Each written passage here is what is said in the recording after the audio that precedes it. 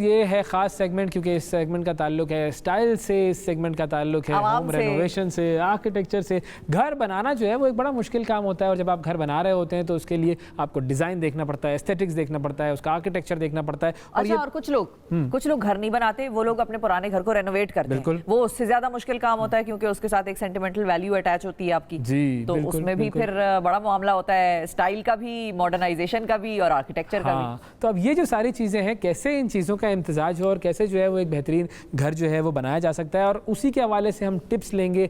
और हमारे साथ जो है वो आज का ये जो सेगमेंट है स्टाइल टॉक, ये हम लेकर आए हैं जी स्टाइल टाइल्स, जो है इसका नाम आपने सुना है जी, Shabbir tiles and ceramic limited, उनकी तरफ से ये सेगमेंट हम लेकर आए हैं। और हमारे आज के जो गेस्ट हैं वो हैं जी रमीज़ बेग साहब, बहुत ही ज़बरदस्त रामिज़ बेग साहब जो हैं वो हैं। और रामिज़ बेग साहब जो हैं वो बड़े ज़बरदस्त आर्किटेक्ट हैं। Indus valley school of art and architecture, वहाँ से 2002 में उन्होंने ये अपनी डिग्री ली थी और उसके बाद से काम कर रहे हैं यहाँ पर। और ख़ास इनका जो इंटरेस्ट है वो हिस्टोरिकल बिल्डिंग्स और हिस्टोरिकल जो मोटिव्स होते हैं उसके अंदर हैं, और काफ़ी ज़्यादा इन्होंने जो है वो मॉडर्न डिज़ाइन को भी जो है वो अपने कामों में जो है वो इंटीग्रेट किया हुआ है। तो रामिज़ साहब आप हमारे साथ मौजूद होंगे, और हमारा जो फ़ोन लाइन्स का सिलसिला है वो भी हम अपने नाज़रीन के लिए खोल देते हैं कि अगर उन्हें कोई कॉल करके कुछ सवाल करना हो और कोई गाइडेंस लेनी हो घर के हवाले से, रेनोवेशन के हवाले से, तो वो भी बात कर सकते हैं। फ़ोन लाइन्स के फ़ोन नंबर्स भी हम चला देते हैं। अस्सलाम वालेकुम रामिज़ साहब। वालेकुम सलाम। बहुत शुक्रिया सर, आपने वक्त निकाला। सबसे पहले तो क्योंकि ज़रा हालात जो है महंगाई का दौर है, तो रेनोवेशन से आगाज़ करते हैं, नए घर की तरफ बाद में जाएंगे। रेनोवेट अगर किसी ने अपने घर को करना है, पुरानी कंस्ट्रक्शन हुई हुई है और उसमें मॉडर्न टच देना चाहते हैं, उसको ज़रा मॉडर्नाइज आज के हिसाब से बनाना चाहते हैं, तो वो कितना आसान है और वो कैसे हो सकता है? नहीं, राइट, देखें, आदमी बहुत जल्दी, बल्कि बहुत जल्दी भी और वैसे भी बोर हो जाता है अपनी एग्जिस्टिंग लिविंग की जो आपका सेटअप होता है। तो जो सबसे आसान तरीका है उसका तो ये है कि आप उसको मॉडर्न करने के लिए डीक्लटर करें। हमने जो है वो 20 साल से एक जगह में ठहरे हुए हैं, तो बहुत अरसे से चीज़ें जमा हुई हुई हैं, कुछ वहाँ से आया हुआ है, कुछ यहाँ से आया हुआ है, तो एक कोई थीम नहीं बन रही होती। तो उसको थोड़ा डीक्लटर करें, सिंप्लीफाई करें, कोशिश करें कि एक रूम में एक ही डोमिनेंट थीम हो, तो उससे ये है कि वो ज़रा थोड़ा मॉडर्न लाइंस पे आपकी चीज़ आ अच्छा, उसमें चीज़ें इतनी पुरानी चीज़ें रखी हुई होती हैं, मतलब अम्मी के जहेज की चीज़ें भी उसके अंदर रखी हुई होती हैं संभाल के। ऐसा आपने घर जाना है? बिल्कुल, मतलब अम्मी के पास अगर आपने जाना है तो आपकी खैर नहीं है। ऐसा है, बताएं। जी हाँ, बिल्कुल। तो उसमें सेंटिमेंटल वैल्यू भी होता है, इतनी आसानी से वो जा भी नहीं सकती, तो आपको वेट करना पड़ेगा। कोई छुट्टी पे गया तो उस वक्त आप खामोशी से उसको साइड पे कर दें।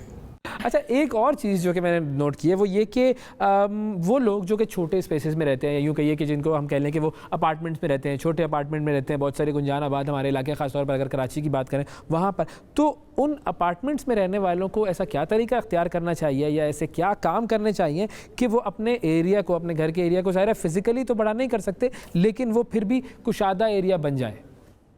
नहीं, हमारी मेजॉरिटी ऑफ द पॉपुलेशन तो इसी तरह की स्पेसेस में रहती है, और हमें कोशिश करनी चाहिए कि इन्हीं को ही इम्प्रूव करें जितना कर सकते हैं। तो उसके अंदर देखें, एक तो लाइट कलर्स, जितना अगर डार्क रूम होगा तो फिर वो और छोटा फील होगा, तो जितना आप नेचुरल लाइट ला सकते हैं, उसमें खिड़कियाँ थोड़ी सी बड़ी रख सकते हैं, वॉल पे जो कलर्स हैं वो लाइट रखें, आपके जो टाइल्स हैं वो आप लाइट कलर के रखें, कोशिश करें अगेन के फर्नीचर कम से कम हो, और आईने का इस्तेमाल भी बड़ा काम आता है कि अगर आपका छोटा कमरा है उसकी दीवार पर आईना लगा देते हैं तो एकदम से वो स्पेस जो है आपको दुगनी लगने लगती है। बिल्कुल, दुगनी लगने लगती है। तो कीप योर कलर्स लाइट। लेकिन ये भी बताइए रामिज़ साहब कि अब आजकल क्योंकि इन्फ्लेशन का दौर है, महंगाई इतनी हो गई है, सारे मटेरियल्स महंगे हो गए हैं, तो अगर रीडू करना है आपने अपने घर को, रेनोवेट करना है, तो वो आजकल के महंगाई के दौर में किस तरह से किया जा सकता है? गिवन ये चीज़ भी है कि घर बड़ा पुराना है और छोटे स्पेस है, कोई 5 मरले का घर है, 10 मरले का घर है या अपार्टमेंट कॉम्प्लेक्स है। नहीं, आपने बिल्कुल ठीक कहा कि इन्फ्लेशन तो हर किसी को बहुत सीरियसली इम्पैक्ट कर रही है। हमारे पास आजकल बहुत हो रहा है कि जो क्लाइंट्स आ रहे हैं, जो अपने जहन में बजट बना के आ रहे हैं, हमें उनको कहना पड़ रहा है कि ये मेरे ख्याल से आपका आउटडेटेड है, इसमें नहीं अनफॉर्चुनेटली काम हो सकेगा। अच्छा। तो हम किस तरह से लिमिटेड बजट को में अपनी चीज़ों को बेहतर करें? तो देखें, पहले तो चीज़ ये है कि आइडेंटिफाई करें कि क्या चीज़ है आपके पास जो एग्जिस्ट कर रही है, क्या चीज़ रखनी है और क्या चीज़ आप डिस्कार्ड करना चाह रहे हैं। जो चीज़ रखनी है, जिस तरह फर्नीचर की अगर आप पॉलिशी चेंज कर देते हैं, आप जो है रंग इंट्रोड्यूस कर देते हैं, आप फ्लोरिंग अपनी चेंज कर देते हैं, फ्लोरिंग से बड़ा फ़र्क पड़ता है। आप टाइलिंग चेंज कर दें अपने घर की, या अपने बाथरूम्स उसके टाइलिंग वगैरह चेंज कर दें तो उससे बिल्कुल आपको लगेगा कि आप नए घर के अंदर आ गए और आपका वो कॉस्ट आप नहीं इम्पैक्ट कर रहे होंगे जो आपकी नई कंस्ट्रक्शन के अंदर आ रही है। बिल्कुल सही है। अच्छा, ये कॉस्ट सेविंग की जो बात है ये बड़ी इंपॉर्टेंट बात है। इसी हवाले से मैं भी, मेरे जहन में भी एक सवाल है, लेकिन उससे पहले एक मरतबा फिर हम नाज़रीन को रिमाइंड करवा दें कि अगर आप हमारे गेस्ट से कुछ सवाल करना चाहते हैं होम कंस्ट्रक्शन, होम रेनोवेशन के हवाले से, तो आप ज़रूर कॉल कीजिए। स्क्रीन पर नंबर आ रहे हैं और आपकी कॉल्स जो है वो हम शामिल करेंगे अपने प्रोग्राम में और रामिद साहब जो है वो उसका जवाब देंगे अपने तजर्बे को मद्देनज़र रखते हुए। अच्छा सर, मुझे ये बताएं कि जब कोई शख्स घर बना रहा होता है, क्योंकि हम कॉस्ट सेविंग की बात कर रहे होते हैं, वो कॉस्ट सेविंग के तरीके ढूंढ रहा होता है, वो सोचता है कि हाँ यहाँ से बचत हो जाए, वहाँ से बचत हो जाए। अब जो घर बनाने वाला होता है, मतलब जो सिविल इंजीनियर होगा या जो मिस्त्री होगा, वो उसको मुख्तलिफ जुगाड़ें बता रहा होता है कि भाई ऐसे कर लो तो पैसे बच जाएंगे, ये कर लो तो पैसे बच जाएंगे, और बहुत मरतबा वो चीज़ें बड़ी नुकसानदेह होती हैं और बाद में लॉन्ग टर्म में वो फिर मसला होता है। तो कौन सी ऐसी चीज़ है कि जिस पर कभी भी किसी को भी घर बनाते हुए या घर का कोई काम करवाते हुए कॉम्प्रोमाइज़ नहीं करना चाहिए? लेकिन पहले तो आपको प्रोफेशनल्स पे कॉम्प्रोमाइज़ नहीं करना चाहिए, जो सबसे ज़्यादा यहाँ पे होता है। तो कोशिश, परसेप्शन ये है कि आप अगर आर्किटेक्ट को हायर करेंगे या आप इंजीनियर्स आपके साथ इन्वॉल्व करेंगे तो आपकी कॉस्ट बढ़ेगी। ऐसा नहीं है, उनकी एक्सपर्टीज़ आपको हेल्प करेगी कि सही जगह पे आप अपना पैसा खर्च करें। तो ये बहुत क्रिटिकल है, क्योंकि लोहे की प्राइस कितनी बढ़ गई है, सीमेंट कितना बढ़ गया है। तो विद गुड इंजीनियर्स आप उनको रिक्वेस्ट करेंगे, बल्कि आप उनको पुश करेंगे कि आप ऐसा डिज़ाइन करें स्ट्रक्चर कि उसकी कॉस्ट जो है वो कम है। जितना अगर मैं 50 टन सरिया लगा रहा था तो भाई उसको रिड्यूस करके 40 में किस तरह से हम इसको स्मार्टली डिज़ाइन करके इस्तेमाल कर सकते। सही है। अच्छा, एक और बड़ी बहस चलती है घरों में, जब लोग रेनोवेशन कर रहे होते हैं तो एक पार्टी कहती है इम्पोर्टेड होना चाहिए सामान। हाँ, इम्पोर्टेड वर्ड जरूर ज़ेर बहस आता है, और इम्पोर्टेड होगी कोई चीज़ तो ज़ाहिर है वो महंगी होगी आजकल के दौर में। तो कैसे हम ये मेक श्योर कर सकते हैं कि हम पाकिस्तानी प्रोडक्ट इस्तेमाल करें और उसकी क्वालिटी भी अच्छी हो? आप क्या रिकमेंड करेंगे इस हवाले से? बिल्कुल बिल्कुल, I am a proud Pakistani. मैं तो ये अभी जो ये इंपोर्ट बैन और ये सारी चीज़ें जो हमने सुनने में आई है, हम तो इससे बहुत पहले से कोशिश कर रहे हैं कि पाकिस्तानी प्रोडक्ट्स जो हैं वो प्रमोट किए जाएं और यूज़ किए जाएं, क्योंकि हमें उनके अंदर फ़ख्र होना चाहिए जिसके हमारे ब्रांड्स हैं ये, कि अगर हम उनको नॉट ओनली पाकिस्तान बल्कि हम तो चाहते हैं कि वो बाहर भी इस्तेमाल होने लगे।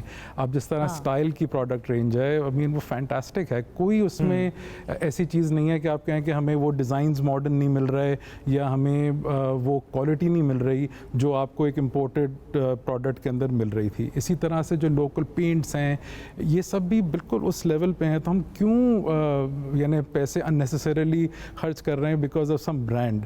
तो इसमें हमारी एज प्रोफेशनल्स भी बहुत इंपॉर्टेंस है और लोगों को भी समझने की ज़रूरत है कि हमें प्राउड होना चाहिए कि हम अपनी चीज़ इस्तेमाल कर रहे हैं। बिल्कुल सही, वाकई बड़ी इंपॉर्टेंट बात कि हम खामोखा ज़्यादा पैसे खर्च कर रहे होते हैं। वो सिर्फ एक जो है वो चूँकि आपको एक खामोखा की सेटिस्फेक्शन होती है कि जी चूँकि मैंने बाहर से मंगवाया। तो आपने जिक्र किया स्टाइल का, तो बिल्कुल बड़ी ज़बरदस्त प्रोडक्ट्स हैं इनकी, बड़े ज़बरदस्त डिज़ाइन भी हैं। अच्छा, कॉल्स हमारे पास हैं जी। अलीना साहिबा हैं जी, उनसे हम बात करते हैं कराची से। जी अलीना, फरमाइए क्या सवाल है आपका?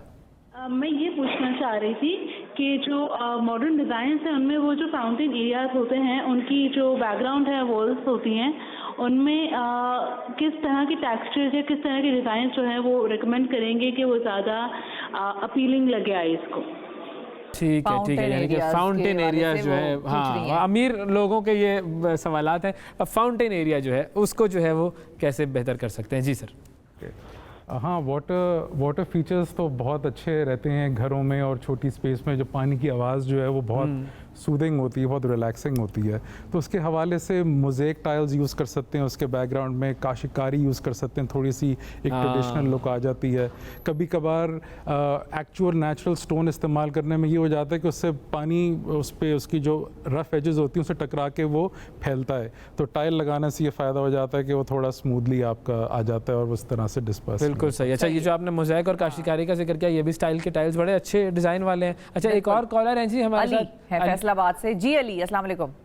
जी, मैं पूछना चाह रहा था कि मेरे साथ ग्रैंड पेरेंट्स भी रहते हैं, तो उनके लिए कौन सा जो फ्लोरिंग है, किस टाइप की फ्लोरिंग सेफ रहेगी? ओके, बड़ा इंटरेस्टिंग और इम्पोर्टेंट सवाल है कि मेरे साथ ग्रैंड पेरेंट्स रहते हैं। जी सर। देखें, ये तो बहुत क्रिटिकल है।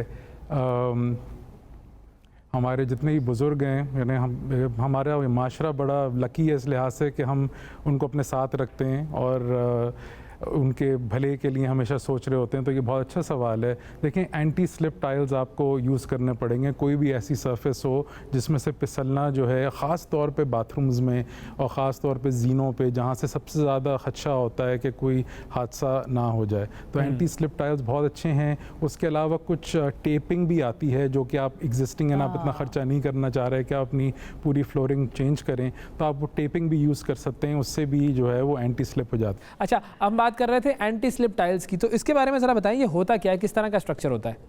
ये आपने देखे होंगे बेशुमार टाइल होते हैं, कुछ ग्लॉसी फिनिश होते हैं, बिल्कुल मार्बल की तरह चमक रहे होते हैं, कुछ थोड़े से मैट होते हैं, और फिर कुछ उसके ऊपर ख़ास तौर पे उनकी सरफेस थोड़ी सी इस तरह से बनी हुई होती है कि उस पे से आदमी फिसल नहीं सकता। अगर हल्का सा पानी भी गिरा हो तो फिर भी चांस नहीं होता कि आदमी फिसले। ओके, तो ये जो टाइल्स होते हैं, अगर हम इनकी बात करें तो ये जो चलने का जो इसमें मतलब कंफर्टेबल होती है चलने में? ये नहीं, देखेंगे ख़ास तौर पे ही बनी हुई हैं, डिज़ाइन ही हुई हुई हैं इस हवाले से कि लोगों ने इस पे चलना है और स्लिप से बचना है, तो नहीं, अनकंफर्टेबल नहीं होती। ओके, और इनकी अगर सफाई की बात करें तो वो इजीली सफाई हो जाती है? इसके अंदर बहुत ज़्यादा बड़े बड़े कोई ग्रूव्स नहीं होते उस तरह से कि अगर आपको लगे कि उसके अंदर मिट्टी जाके फंसे, ये आसानी से क्लीन हो जाते हैं। ओके ओके, ठीक है सर, बहुत शुक्रिया अदा करेंगे हम जाने से आपका, पहले साहब। लेकिन जाने से पहले एक छोटा सा गिफ्ट हैम्पर है जी हमारी तरफ से आपके लिए, टाइल्स की तरफ से, ये हम आपको देना चाहेंगे, और ये जो है वो आपको हमारी और स्टाइल टाइल्स की जो है वो याद दिलाता रहेगा।